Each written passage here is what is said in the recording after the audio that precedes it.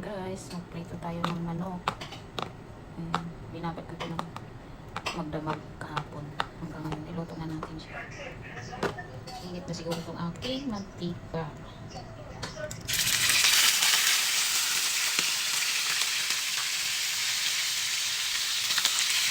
Ayan na nga guys, araw-araw ako nakain ng manok. Malapit na tayong ano ito, magkaroon ng pakpak at tilipad na tayo pa uwi ng Pinas. Ayan na nga guys, hintayin lang natin yung ano, pumula-pula siya para ano, pag golden brown na para masarap-sarap din namin, diba?